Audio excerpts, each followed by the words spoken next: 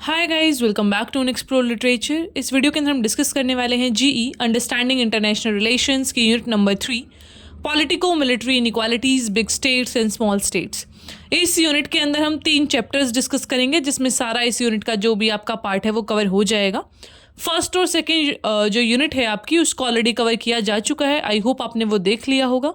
उसमें भी कोई डाउट है तो आप पूछ सकते हैं। Also if you haven't subscribe the channel तो प्लीज़ वो भी कर लो, because we are very near to 20K, तो जल्दी जल्दी से 20K करवा दो।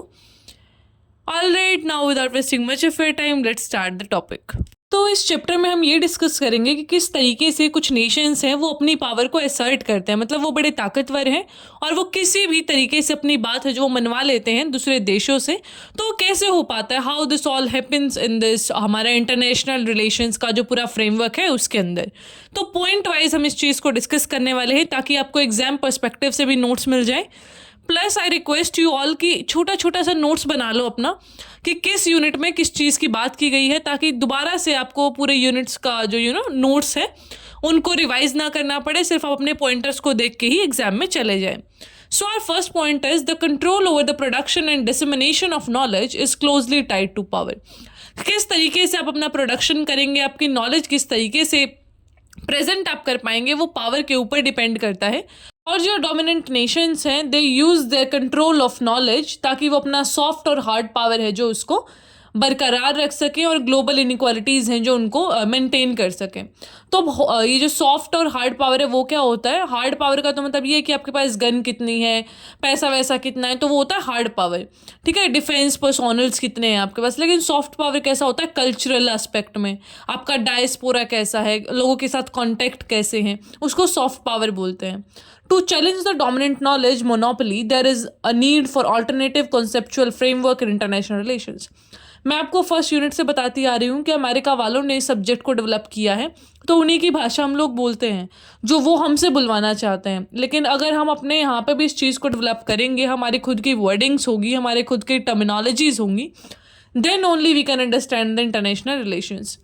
American scholarship's dominance in IR theory influence what is considered truth in acceptable research areas. This monopoly affects how international relations are understood and studied globally. कि जो American scholarship है वही चीज़ आ जाती है यहाँ पे कि जो अमेरिका प्रेजेंट करना चाहता है वही हम देख रहे हैं। इट इज़ नॉट अबाउट कि पूरे वर्ल्ड में क्या चल रहा है, it is what America is doing. America यहाँ पे क्या कर रहा है, वो ऐसा क्यों कर रहा है, उसके साथ उसके कैसे रिश्ते हैं, how India is behaving to that, India का क्या रिएक्शन है।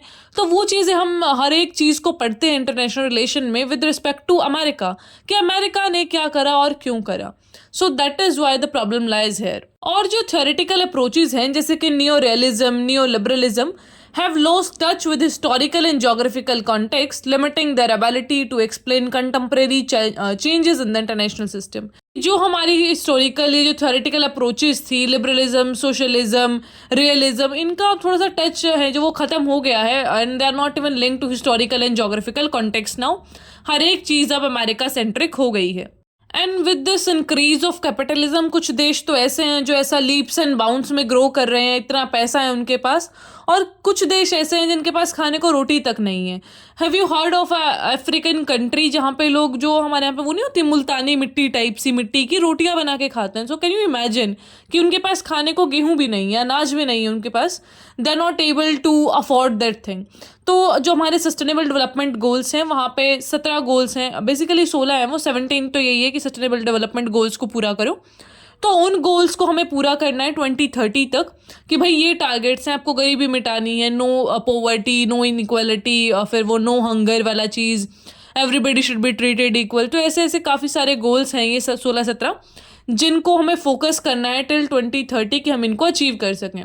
जो पैराडॉक्स है ग्लोबलिज्म का is the rising global inequality, की वैसे तो ग्लोबलिज्म ये बात करता है कि सारे नेशंस एक दूसरे के साथ इंटरकनेक्टेड होंगे, सबका भला होगा, लेकिन एक्चुअलिटी में अगर हम ये चीज़ देखें तो ग्लोबलाइजेशन की वजह से इनइक्वालिटीज़ हैं, जो असमानता है वो काफ़ी ज़्यादा बड़ी ही है। एंड कुछ देश तो बहुत अमीर हो रहे हैं, and on the other hand some nations are facing the problems because of it.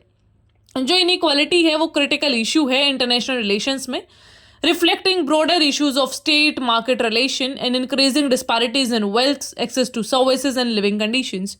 कि जो इनइक्वालिटीज़ हैं वो इतनी ज़्यादा बढ़ी हुई हैं कि वो रिफ्लेक्ट करती हैं कि हाँ भाई कुछ तो इशू है स्टेट और मार्केट रिलेशन में, कि किस तरीके से एक जो मार्केट है वो रेगुलेट होना चाहिए वो नहीं हो पा रहा है, या फिर मतलब कुछ तो है ना, द प्रॉब्लम लाइज देयर कि जो कैपिटलिस्ट कंट्रीज़ हैं वो दूसरों को एक्सप्लॉइट करती हैं। हमें एक सेंट्रल ऐसा अथॉरिटी बनानी चाहिए जो सारी चीज़ों को इनको रेगुलेट करे। This refers to the disparities in political influence and military capabilities between states. इससे फिर जो मिलिट्री और पॉलिटिकल इन्फ्लुएंस आपका वो भी ऐसा होता है, इनइक्वालिटीज़ आती हैं उसके अंदर भी, क्योंकि जब आपके पास खाने को पैसे नहीं होंगे तो आप कहाँ से फिर वो पॉलिटिकल और मिलिट्री की बातें सोचेंगे। बिकॉज इंसान सबसे पहले तो अपने आप के बारे में सोचेगा ना, कि मेरा सर्वाइवल कैसे हो, शाम की रोटी कैसे मिले, then only you can think about something else.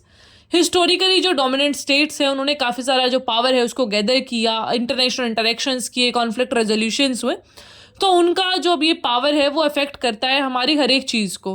किसी भी दो देशों के बीच कुछ प्रॉब्लम चल रही है तो अमेरिका को उठ के आना ही होता है कि हाँ मैं ना कराऊंगा हर चीज़ में। तो जो बिग स्टेट्स है are distinguished by the significant political influence, large population, substantial economic resources, strong military capabilities, including US, China, India, Russia. तो ये जो 3-4 नेशन है हमारे काफ़ी ग्लोबल की रोल प्ले करते हैं ग्लोबल अफेयर्स में। इनकी काफ़ी बड़ी पॉपुलेशन है, इकोनॉमिक रिसोर्सेज हैं और स्ट्रॉन्ग मिलिट्री कैपेबिलिटीज़ है। ऑन द अदर हैंड जो स्मॉल स्टेट्स हैं वो टिपिकली ऐसा लैक करते हैं मिलिट्री रिसोर्सेज में, बड़े ही वनरेबल हैं, पावरफुल नेशंस के नीचे उनको दब के रहना पड़ता है, एंड उनका जो पूरा फॉरेन पॉलिसी है वो भी दूसरे नेशंस पे ही डिपेंड करता है कि भाई हमने ये कर दिया ना तो किस तरीके से दूसरे नेशंस हम पे रिएक्ट करेंगे। जो बिग स्टेट्स हैं पर्टिकुलरली जिनके पास यूएन सिक्योरिटी काउंसिल की सीट है, तो देखो 5 वीटो हैं हमारे यूएन काउंसिल में। उनका ऐसा होता है कि अगर एक ने भी ये बोल दिया कि ये काम नहीं होगा तो नहीं होगा। वीटो का मतलब होता है पावर टू से नो। तो फॉर एग्जाम्पल कि इंडिया बार बार बोलता है कि हमारी इतनी बड़ी पॉपुलेशन है, हमें परमानेंट सीट मिलनी चाहिए, तो वो वाली चीज़ों में फिर मना कर देता है चाइना। तो इस तरीके से काफ़ी सारी प्रॉब्लम्स आती हैं, क्योंकि अगर इंडिया को मिल गई फिर पाकिस्तान में टांग अड़ाएगा कि हमें भी दो। तो इस तरीके से सारी प्रॉब्लम्स चलती हैं ऐसी जो ये बड़ी बड़ी ऑर्गेनाइजेशन है यूएन जैसी उनके अंदर। Now the next thing is this veto power can marginalise the concern of smaller states. तो अब ये जो बड़े बड़े देश हैं अपने बारे में सोचते रहते हैं, छोटे स्टेटों को फिर इनके ऐसा फेवर में काम करना पड़ता है कि भाई अगर कुछ बात मनवानी है तो इनके साथ अच्छे से बिहेव करना पड़ेगा। Beyond military might big states yield considerable political influence through economic power, strategic position. तो ये चीज़ बड़ी कॉमन है कि भाई जो बड़े नेशन है उनके पास मिलिट्री तो अच्छी होती है, पैसा देला सब कुछ अच्छा है, they can dominate the smaller nation किसी भी एस्पेक्ट में। इसलिए जो स्मॉलर नेशंस है, स्मॉलर स्टेट्स हैं, उनको दब के रहना पड़ता है। They can not assert their freedom as such. कहने को तो सब इंडिपेंडेंट है, लेकिन स्टिल ये जो हमारा पूरा ग्लोबलाइज्ड वर्ल्ड है, कैपिटलिस्ट वर्ल्ड है, उसके अंडर कुछ नेशन ऐसे हैं जो स्टिल डोमिनेट कर रहे हैं, and that is a form of colonialism here. जो बिग स्टेट्स हैं वो डोमिनेट करते हैं इंटरनेशनल ऑर्गेनाइजेशंस में और अलायंसेस में, जैसे कि हमारा यूएन सिक्योरिटी काउंसिल है, नेटो है, नॉर्थ अटलांटिक ट्रीटी ऑर्गेनाइजेशन, ये नेटो का तो अभी आपने सुना ही होगा। यूक्रेन नेटो में ही तो पार्ट वो करना चाहता था, मेंबर बनना चाहता था, इसी वजह से फिर रशिया को गुस्सा आया, and this everything is happening there. फिर G7, G20, ये सारे जो ग्रुप्स हैं ये एक एजेंडा सेट करते हैं कि भाई सारे लोग मिलके ये काम करेंगे। और हम एक, जैसे स्कूल में नहीं होता था कि कुछ आपके दोस्त बन जाते थे, आप एक ग्रुप बना लेते थे, तो आप उनके साथ ग्रुप क्यों बनाते थे, आपके फ्रेंड ग्रुप्स क्यों होते हैं, क्योंकि आपको लगता है कि इन लोगों के साथ मेरी बनती है, वाइब मैच होता है। तो ऐसा इनके साथ भी है, देश के साथ भी। जो नेटो वाले लोग हैं उनका आपस में वाइब मैच होता है कि भाई अगर एक देश पे हमला करा ना तो मेरे भाई पे हमला हो गया तो हम सारे टूट पड़ेंगे। तो इस तरीके से होता है सबका। तो जिनका एक तरीके का विजन होता है, एक तरीके का गोल होता है, वो एक ग्रुप में आ जाते हैं and they work for that collective thing. तो ऐसा ही G7 है, G20 है, बिम्स्टेक वगैरह, ये सारे एक जैसे। Then as the political and military dominance of big states perpetuates global inequalities, enforcing their power while marginalized smaller states. तो ये जो बिग स्टेट्स हैं वो अपनी पॉलिटिकल जो डोमिनेशन है वो दिखाते ही हैं और इससे ग्लोबल इनइक्वालिटीज़ बढ़ता जाता है। तो अभी तक हमने बात करी कि जो बिग स्टेट्स हैं वो क्या करते हैं, कैसी उनकी पावर है। स्मॉल स्टेट्स के बारे में बात करें तो इनका थोड़ा तो पॉपुलेशन होता है, छोटी इकोनॉमी होती है, मिलिट्री भी इतना कुछ खास नहीं होता, जैसे कि सिंगापुर है, लग्जमबर्ग है, या फिर पैसिफिक या फिर कैरेबियन के जो आइलैंड नेशंस हैं इनका भी सेम हाल है। तो जो स्मॉल नेशंस हैं, स्मॉल स्टेट्स हैं, उनके पास ज़्यादा एडवांस मिलिट्री रिसोर्सेज नहीं होता और इसीलिए उनको अपनी सिक्योरिटी के लिए बड़े नेशंस के ऊपर रिलाई करना पड़ता है कि भाई आप प्लीज़ हमें बचाइए। वो बिग ब्रदर वाली इमेज इनको रखनी पड़ती है और इनकी जो डिपेंडेंसी है उसकी वजह से इनकी सोवरेनिटी भी यहाँ पे कॉम्प्रोमाइज़ हो जाती है। बिकॉज देखो, अगर आप किसी के ऊपर डिपेंडेंट है तो फिर आप फालतू नहीं बोल सकते उसके आगे। ठीक है, आपने किसी से पैसा ले लिया, इसलिए बोला जाता है ना कि किसी से हेल्प तभी मांगो जब आप बिल्कुल वर्स्ट सिचुएशन में है और भाई नहीं निकला जा रहा, कोई और सोल्यूशन ही नहीं है। बिकॉज अगर आपने किसी से कोई फेवर लिया फिर आप उसके आगे बिल्कुल भी नहीं बोल पाएंगे, या फिर वो ना, चाहे वो कितना भी गलत है कितना भी सही है। So that what happens with small states, कि आप फिर कुछ भी करिए, अगर आप एक एहसान के नीचे दबे हुए हैं फिर तो वो आपको एक्सप्लॉइट करेगा ही, आप कुछ बोल भी नहीं पाएंगे। जो स्मॉल स्टेट्स की इकोनॉमीज़ है वो भी काफ़ी ज़्यादा स्ट्रगल करती हैं, उनको पूरी अच्छी तरीके से लूटते हैं ये बड़े नेशंस ग्लोबल मार्केट्स की ऐसा नाम लेके। जो स्मॉल स्टेट्स हैं उनका मिनिमल रिप्रेजेंटेशन होता है, इन्फ्लुएंस होता है इंटरनेशनल ऑर्गेनाइजेशंस में, और आवाज़ तो उनकी कहाँ ही सुनी जाएगी। तो due to their limited economic diversification जो स्मॉल स्टेट्स हैं वो काफ़ी वनरेबल होते हैं इकोनॉमिक प्रेशर्स के। उनके ऊपर ट्रेड सेंक्शंस, रिस्ट्रिक्शंस, ये सारी चीज़ें लगा दी जाती हैं अगर वो फालतू बोलेंगे तो इनका ये होता है ना कि इनकी इकोनॉमीज इतनी अच्छी नहीं है और फिर इन्होंने कुछ ज़्यादा अपना दादागिरी दिखाई कि भाई हमें तो अपनी सोवरेनिटी चाहिए, तो फिर उनके ऊपर वो ट्रेड बैरियर्स लग जाएंगे, इनके ऊपर कुछ रिस्ट्रिक्शंस वो लगा देंगे, फिर ये कहीं के भी नहीं रहेंगे। So they have to think in all the dimensions ताकि ये खुद से सर्वाइव कर सके, इसलिए इनको एक अपना जो सोवरेनिटी है उसको भी कॉम्प्रोमाइज़ करना पड़ता है। ये जो स्मॉल स्टेट्स होते हैं इनके पास ना तो फाइनेंशियल रिसोर्सेज होते हैं, इसकी वजह से फिर इंफ्रास्ट्रक्चर, सोशल सर्विस, ये सारी चीज़ें भी इम्पेक्ट होती हैं और ये काफ़ी वनरेबल होते हैं इकोनॉमिक शॉक्स के। मतलब कि कहीं पे कुछ भी बिगड़ा तो सबसे पहले इनकी इकोनॉमिक ऐसा कोलैप्स हो जाएगी। जो वनरेबिलिटी है स्मॉल स्टेट्स की undermine their ability to exert military and political influence independently. वो मैंने आपको पहले बताया कि इनको दूसरे लोगों पे रिलाई करना पड़ता है, क्योंकि इतना तो ना इनके पास मिलिट्री है ना पैसा है कि ये अंधा पैसा लुटा सके and they can do anything. Also I want to tell you something in between एक बार, कि अगर आपको मेरा स्पीड काफ़ी फास्ट लग रहा है तो प्लीज़ यूट्यूब का जो भी वो होता है ना स्पीड वाला चीज़ उसमें एडजस्ट कर लेना। स्लो लग रहा है तो फास्ट कर लो, फास्ट लग रहा है तो स्लो कर लो। That is what the online teaching offers you people. तो प्लीज़ एक बार वो अपने अकॉर्डिंग एडजस्ट कर लीजिएगा। तो our next point is realism. तो जो रियलिज्म है इंटरनेशनल रिलेशंस के अंदर, that the international relation is anarchic and characterise by a constant struggle for power among self interested states. तो रियलिज्म है जो वो क्या बात करता है इंटरनेशनल रिलेशन के अंदर, कि भाई जो ये इंटरनेशनल रिलेशन है ना वो अनार्किक है। अनार्किक का मतलब है कि कोई ऊपर सेंट्रल पावर नहीं है, इसमें कोई ऐसा नहीं है जिसको हम ये बोल सकें कि हाँ आप देखिए सारे वर्ल्ड को, सारे ग्लोबल पावर्स को आप देखिए। और यहाँ पे कांस्टेंट स्ट्रगल चलता रहता है, हर एक जो स्टेट है वो अपने सेल्फ इंटरेस्ट के लिए स्ट्रगल करता रहता है। जो बिग स्टेट्स हैं वो डोमिनेट करते हैं बिकॉज इनके पास सुपीरियर मिलिट्री है, इकोनॉमिक रिसोर्सेज है। लेकिन जो स्मॉल स्टेट्स हैं वो अलाइन करते हैं विद लार्जर पावर्स ताकि वो कोलिशन में रह सके और उनका सर्वाइवल है जो वो इंश्योर हो सके। जो रियलिस्ट थियरिस्ट हैं वो आर्ग्यू करते हैं कि जो बिग स्टेट्स हैं वो सिग्निफिकेंट इन्फ्लुएंस रखते हैं ग्लोबल स्टेज पे अपने मिलिट्री और इकोनॉमिक माइट की वजह से, जैसे कि यूएस है, चाइना है।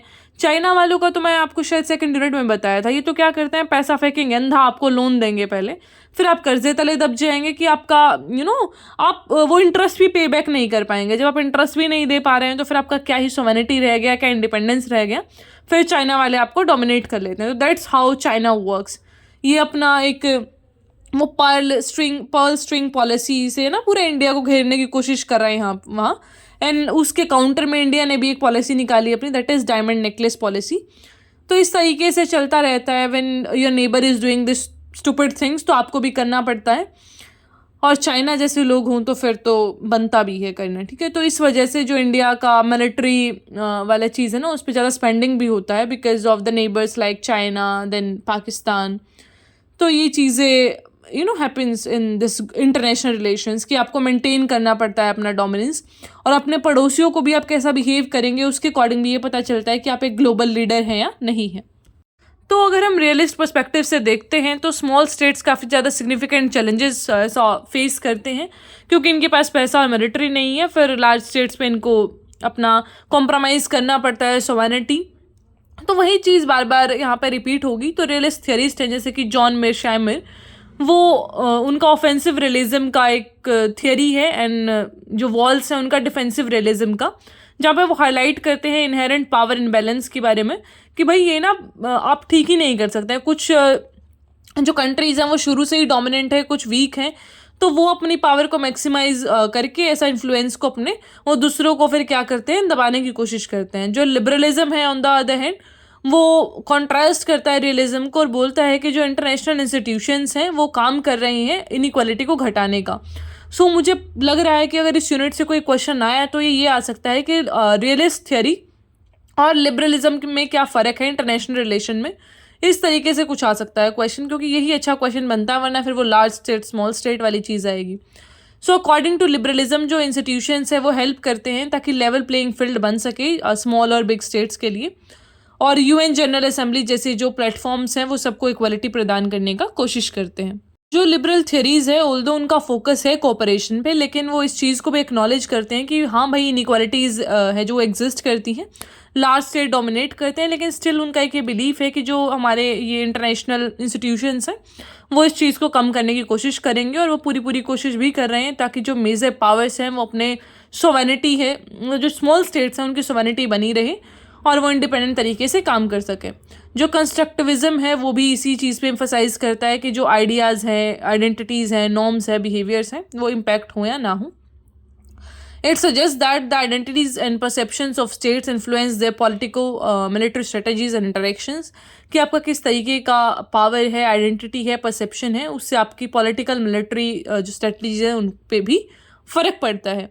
All right, so that's it about this chapter number 1 for unit number 3। I hope आपको समझ आया होगा, and it takes a lot of time to make this PPTs and record this videos. बहुत time लगता है, तो please थोड़ा सा 1-2 मिनट दे के अपना फीडबैक देना मत भूला करो, and please also tell in the comment box कि क्या इंप्रूवमेंट्स की ज़रूरत है और किस तरीके से इस सब्जेक्ट को हम अप्रोच करें। All right, so I will meet the next video. Till then take care, stay happy, stay healthy.